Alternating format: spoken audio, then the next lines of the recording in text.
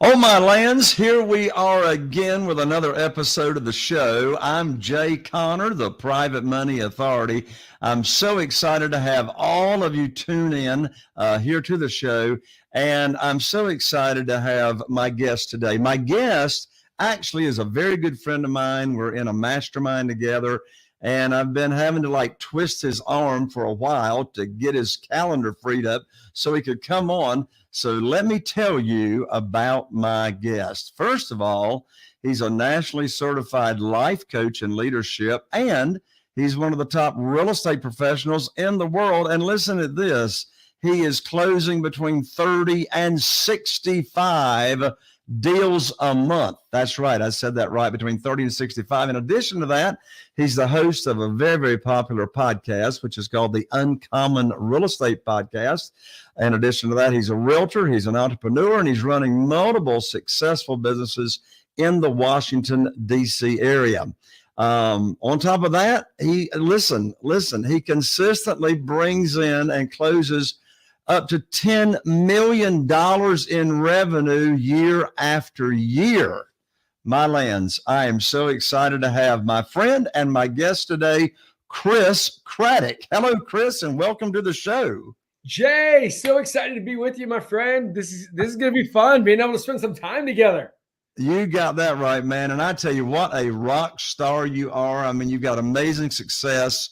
I want us to dive deep into this show about this system that you have created, which is called the REI Revive System. And so we're going to dive deep, but if you could summarize what I want you to do it instead of me. If you could summarize in just 2 or 3 sentences what the REI Revive System does for real estate investors, go ahead and let's share that. I'm going to get your background story after that. Then we'll come back and dive deep into it. Yeah, I mean, anybody that's an investor understands this. If you send out marketing, do any marketing, you're going to find 20 people that raise their hand and say, I want to sell my house. Of those 20, 16 of them are going to want retail. 4 of them will sell under market, and maybe you lock up one as way under market as a wholesaler, fix and flip, right? Well, what about those other 19? Somebody's going to get paid. It's just not going to be you, right? And so what we do is teach people how to monetize those dead leads and work with real estate agents so that you can monetize those dead leads. So that's REI Revive in a nutshell. Yeah. So in other words, we're going to be talking about how real estate investors can not spend any more marketing dollars than they're already spending, but squeeze out a lot more profit from the leads that they're already getting, even if they don't buy the property, right? 100%. Yeah. I mean, all right. Best you can make is when you've already paid for, right? Oh, exactly. We should at least get some return on it. So before we dive deep into that system and how the real estate investor can make more money without spending more money, first I want to hear your background story. How did you get into real estate? Yeah, I graduated college in 2000. I got married right away. I went on staff with an organization called Young Life. Young Life was incredible, changed my life, just loved it. But, when my wife got pregnant, I was making $20,000 to $25,000 a year. And you just can't live in the DC area on $25,000 a year. And so I went to the library, checked out every book I could find on real estate investing, and just started knocking on doors of distressed properties. I made 12 times what I made in a year in about 4 months, which is just crazy, right? I just couldn't even believe the kind of money. But we bought the house that we live in now, and I continued doing real estate, continued doing ministry stuff. And, now I have 6 kids. And if you know anything about kids, it means basically your money just disappears really fast. And so I literally just was like, I got to do something. So I started investing in real estate again. And as I started making money there were short sales. I always led large groups of people when I was in ministry. And I ended up going, reading Gary Keller's book, The Millionaire Real Estate Agent. And I was like, man, I can do this, really build a team and make a whole heck of a lot of money. Here's a color by numbers way to make $1 million a year. I think I can do this. And so we started building that team out. And then through the success we had there, we married that with the investor side, which is where REI Revive came from, started a title company. We got a mortgage company, a construction company, insurance, hard money, like flipping, wholesaling, all these other 13 other streams of businesses as well that all came from that vector of the real estate agent team. Well, Chris, you know as well as I do, a lot of real estate investors or people that want to get into investing in real estate, for whatever reason, are never able to get off the ground, never really able to get things launched. And at best, some of them struggle. They may do a deal or here or there. You are very different in the fact that not only were you successful and you are successful in real estate investing, but what makes you even more so different is you were very, very successful very, very quickly. What would you say are your characteristics that lend themselves to getting you to have so much success so quickly? Well, I feel like I've got, I do know I've got 4 areas of my genius zone that I work hard to stay in. But the reason why I believe that I got to a place of success faster than most is because I think success comes from 2 areas: activity and skill, right? You can, I mean, literally a person can be a terrible salesperson, but if you talk to 1,000 people a day, you're going to make more sales than a great salesperson that talks to 2 people a day. But what happens if you do all of the activity you need to do and you're leveling up like crazy, listening to all the Audible books, listening to podcasts like this, doing all the things to level up, because your business will grow to the extent that you grow, your life will grow to the extent that you grow. And so for me, man, I'll tell you, I just threw massive energy at this thing. Brandon Burchard says, in his book, High Performance Habits, high performers create and produce energy. And so I threw massive energy at it, lots of activity, talked to enough people, and people just started saying yes. And so that was the crazy thing. I think everybody wants success, but they're not willing to do anything. I always joke when I teach real estate agents, I say, how do you make a real estate agent stop working? You put a phone in front of them, right? Like that's that whole idea right there is, how do you make people like stop working? You ask them to do anything, right? And that makes money. And so that's that whole idea behind it is if you make your calls, or like both of us have a friend, Brent Daniels, he has a business called TTP, Talk to People, right? Like if you just go talk to people, good things are going to happen. But if you sit there just hoping they happen, they're just not going to happen. What year did you start? Well, so I flipped houses in 2003, and then I stopped and just continued doing ministry because I made a bunch of money and was able to kind of fund the ministry piece for a long time. And then I think it was 2011 I started flipping again, and then it was December of 2014 that we really started building out our retail team. I got you. So you were very, very successful very, very quickly, but along with that, I'm sure you had some struggles and some challenges as you were starting out, and you probably learned some very, very important lessons by making mistakes as you were starting out. What were some of those early struggles and challenges you had, and what lessons did you learn from those struggles? Man, there's a lot, but I'll tell you we'll just go with the biggest one, the craziest one, right? Because Sure. I like to go big and I like to go big fast. So Jim Collins in his book, How the Mighty Fall, talks about a couple things that create failures for organizations that are doing well. And one of them is called the hubris born of success. And that happened to me and my business partners.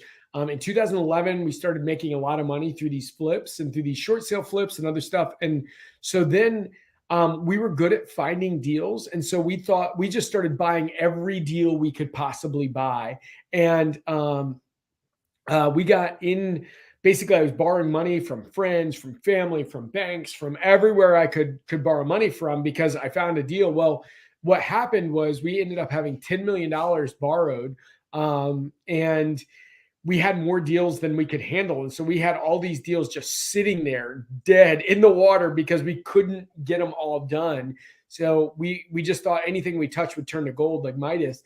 and we just couldn't get it all done in time. And we literally almost came to a point of bankruptcy because we didn't know what to do. We're like, okay, well, we got friends and family. We've got to pay their money back regardless. Like their money, like we will pay, even if it takes 30 years, we pay that back. But what are we going to do with the rest? And then what happened was I got more creative than I've ever been. I was doing subject to notes where I was the seller and I'm like, I hate this.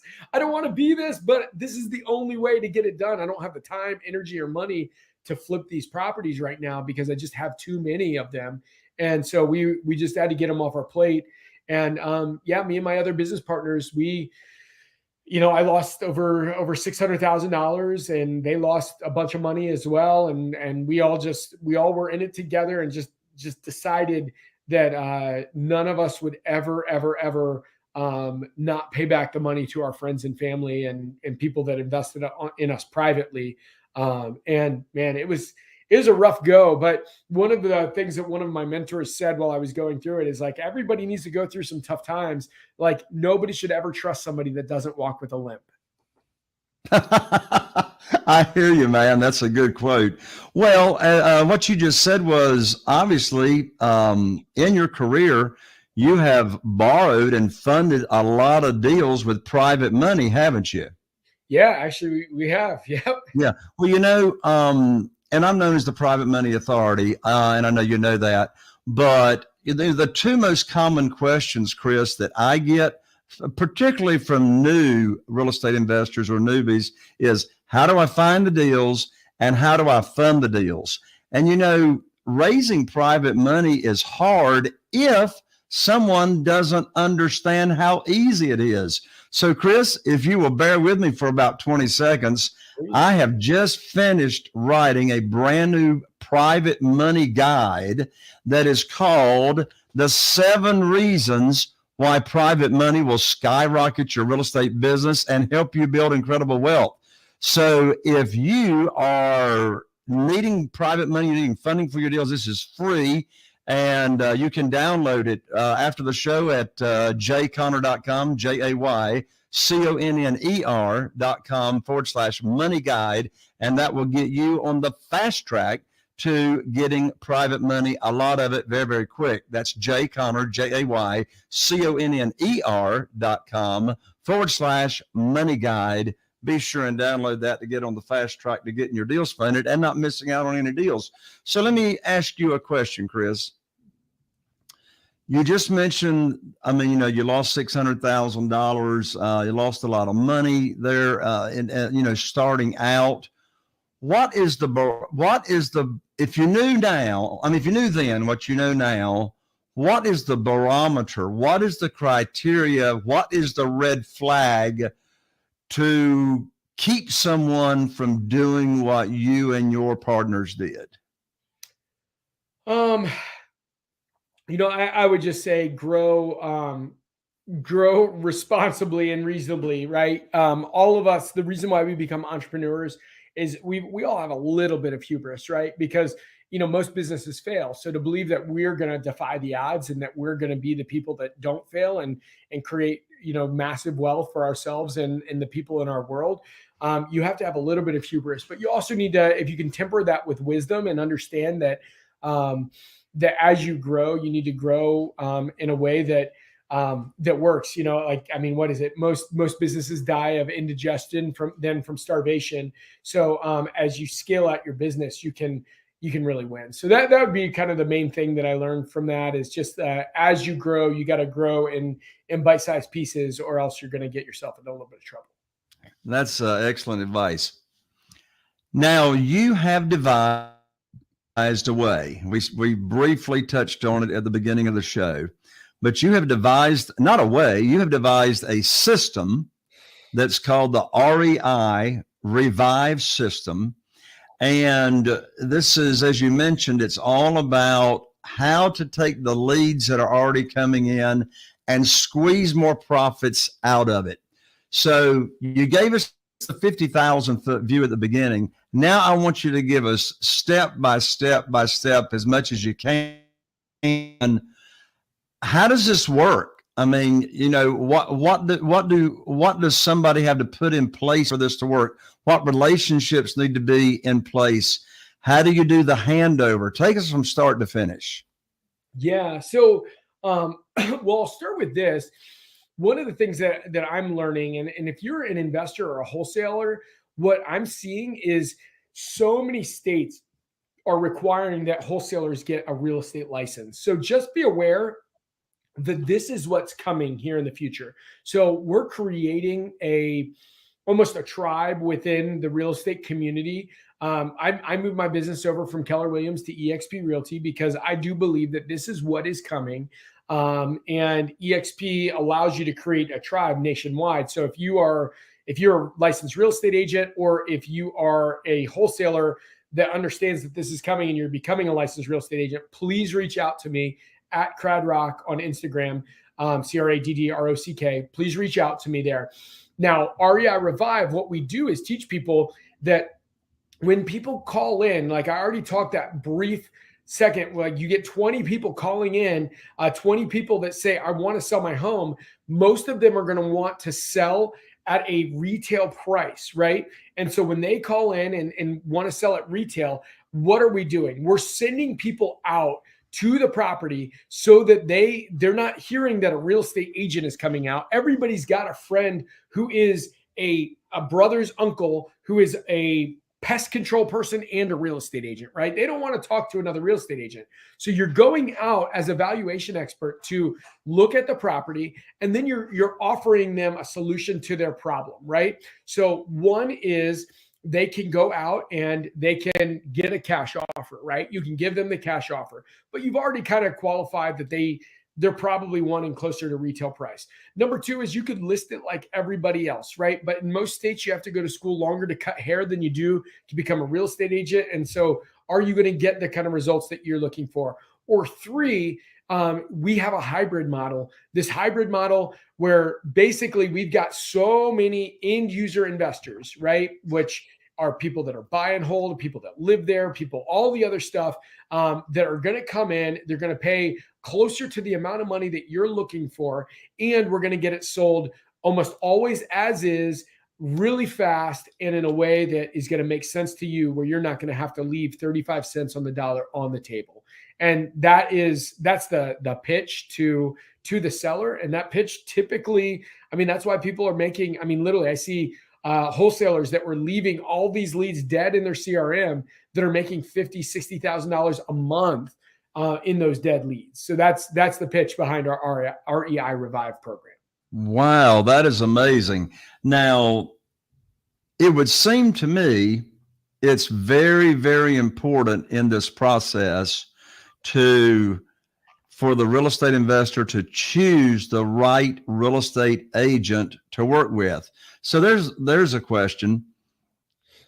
Do you advise a real estate investor to have one relationship with one real estate agent that's being fed all the leads and all the business, or more than one real estate agent? Well, I mean, I'd say it's there's two ways to skin this cat. One, you can create your own team, which I think is part of where a lot of stuff is going. A lot of investors, a lot of folks that I coach are doing that, creating their own team and monetizing those deals themselves. But other than that, you can also find a real estate agent that is really great. But here's the deal: whether you do your own team, whether you find an agent, or whether you're just hiring somebody in your business for something else, I don't care whether you're selling furniture or what, you're looking for these 4 character traits: happy, hungry, humble, and smart.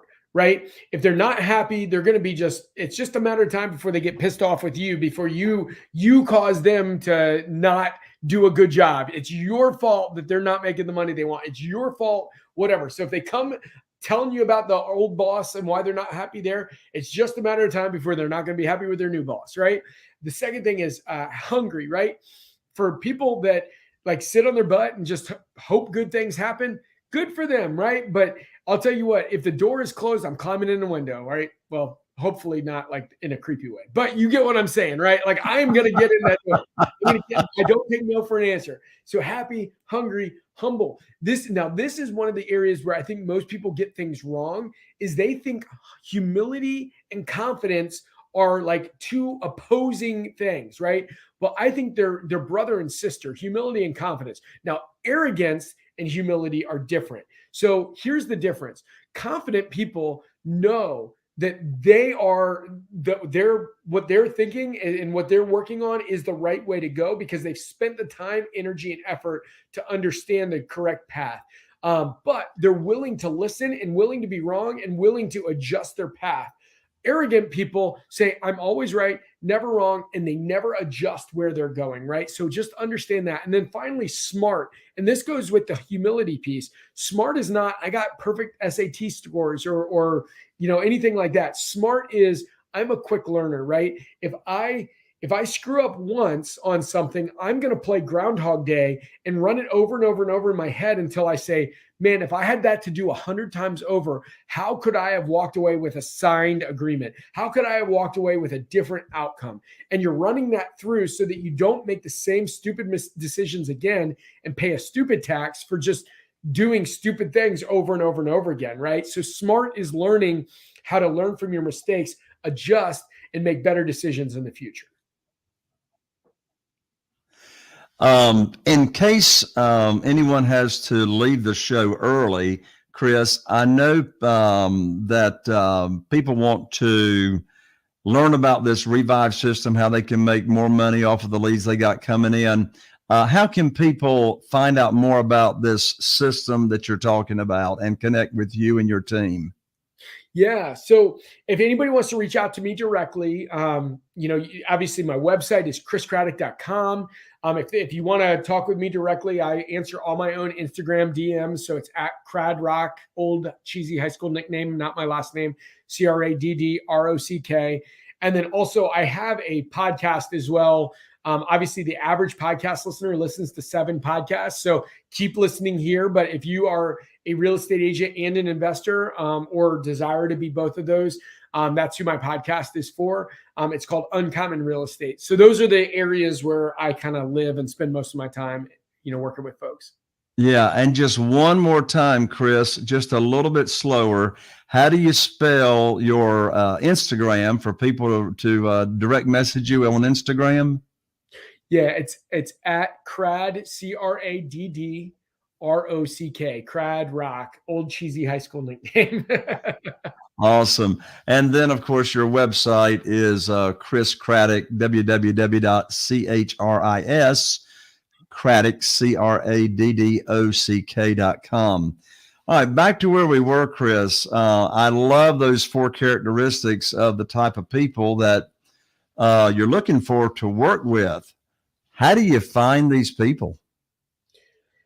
Oh man, there's a number of different places that you can find agents. So if you're an investor, everybody has investor group Facebook groups. So one of the things that I recommend is just saying, "Hey, I'm looking for an investor friendly real estate agent. Who do you know?"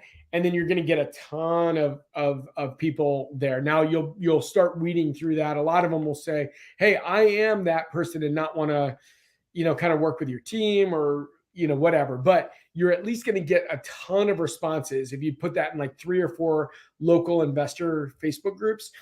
The second thing is I would say on your own social media, ask that same question. Do you know any investor friendly real estate agents?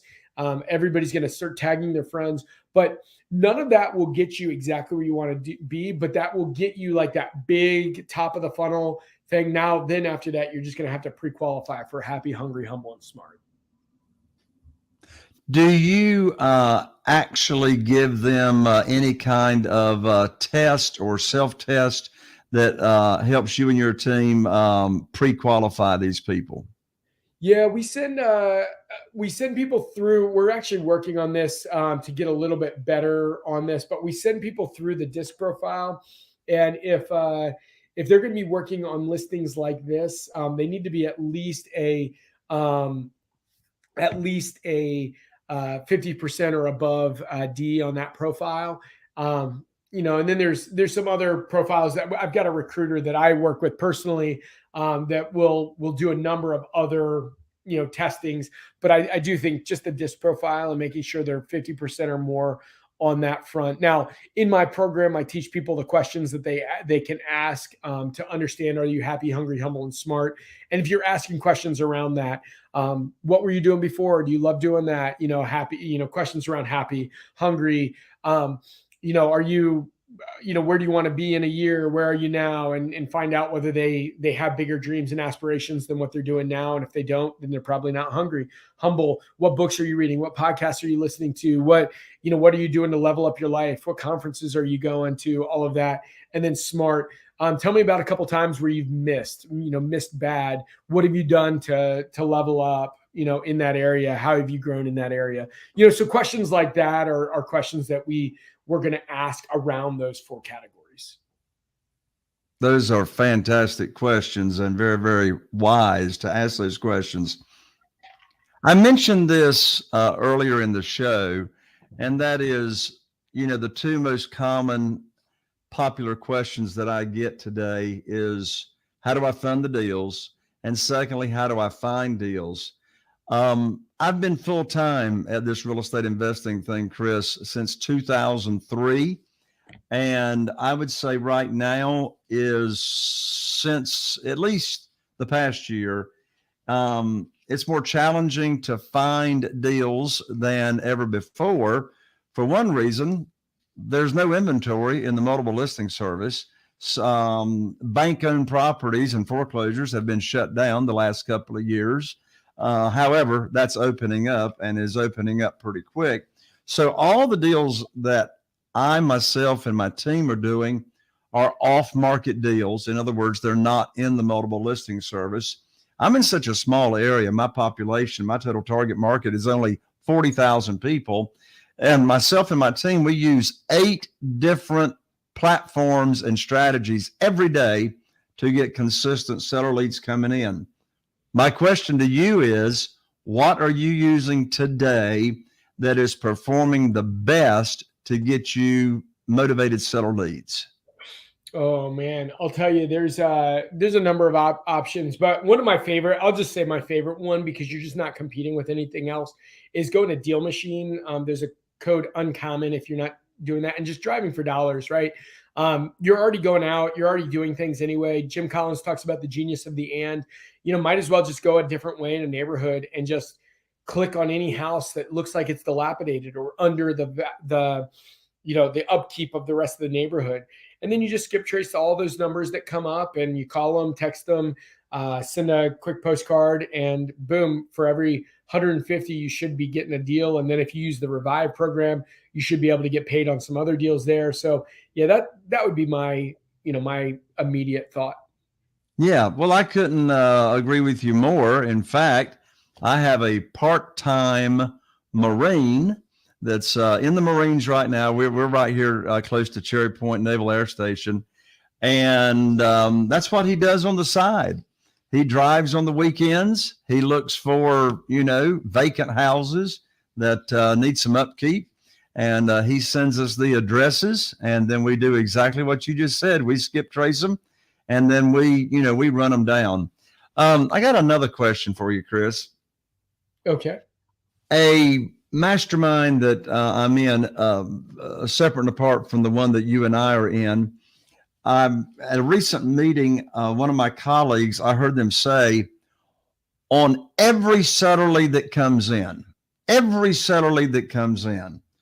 doesn't matter what the pre-qualifying is that happens over the phone, doesn't matter what the conversation is, every lead that goes in, he and his team go to every house of every lead. What's your take on that? What's your opinion on that strategy? I think that's going to every single house. I think that's a tough thing. If you are, yeah, I mean, I get what you're talking about. If you're starting out, I think that's great. Or if you have a lot of extra manpower, but at some point, I'm personally a big fan of working hard, but also working smart. And if you pre-qualify that somebody has no pain, yeah, I just wouldn't drive out. I think you start wasting time at some point. So Yeah. get the idea, but I never want to poo-poo on somebody else's ideas. But I don't know who it is, but I would just say, if somebody doesn't have pain, if somebody, just wants something, foolish for their house, I would probably say, I don't know that is going to be a good fit for my time. Well, you and I agree. I was just curious if I had found somebody else that was doing that. Yeah, you're right. I mean, the people that we buy from have got a problem. They've either got a personal problem, or the property's got a problem, and most of the time it's both. Right. And so we lead with a servant's heart. We do everything that we can to help these people, and those are the properties that we end up buying. Chris, you have just got a wealth of knowledge. One more time on how people can connect with you, and then parting comments from you. Yeah. So you're just asking for parting comments? I'm sorry. Is that what you said? Yeah. Final comments. Any other advice you'd like to give, either a newbie or a seasoned real estate investor? Yeah. So what I would just say is this: one, if you are in real estate, just know that the agent investor piece is coming together. Anybody that's seen what happened with PropStream, I know there's a lot of stuff behind it, but the reality is NAR, the National Association of Realtors, has a lot of money, and they're going to be bringing, this to bear, where people are going to have to get licensed. So definitely start considering that and looking at that now. And you just really want to think through, where is the best place to put your time, energy when you start doing that. And so that's what we're really working to build out, is a place that is going to help everybody that is agent investor kind of friendly, one-stop shop friendly. So I would love to talk to you on that front. Second is, understand that your business is going to grow to the extent that you grow, right? If you're not spending at least a half an hour, but I recommend an hour a day in personal development, on podcasts, audiobooks, reading, like just all of the different things that you can do to level up your life and think bigger. I mean, the amount of mentors that we have access to that you don't even have to know anymore literally will shape the way you think about the world. You've just got to get into that. Just remember, activity and skill every day. Do the work and get better at what you're doing. That's awesome. Chris, thank you so much for joining me on the show today. Jay, this is awesome. I'll tell you what, I've always had great respect for you, and I'm so excited to be able to spend some time with you, my friend. That's awesome. There you have it, folks. Another episode of this show. I'm Jay Connor, the Private Money Authority, wishing you all the best. Here's to taking your business to the next level. And we'll see you right here on the next show. And of course, we always appreciate subscribing, rating, reviewing, liking, sharing. If you're watching us on YouTube, be sure and ring that bell so you get notified not to miss any other episodes. And if you happen to be listening to us on iTunes, we really appreciate your comments and the 5-star reviews. We'll see you right here on the next show.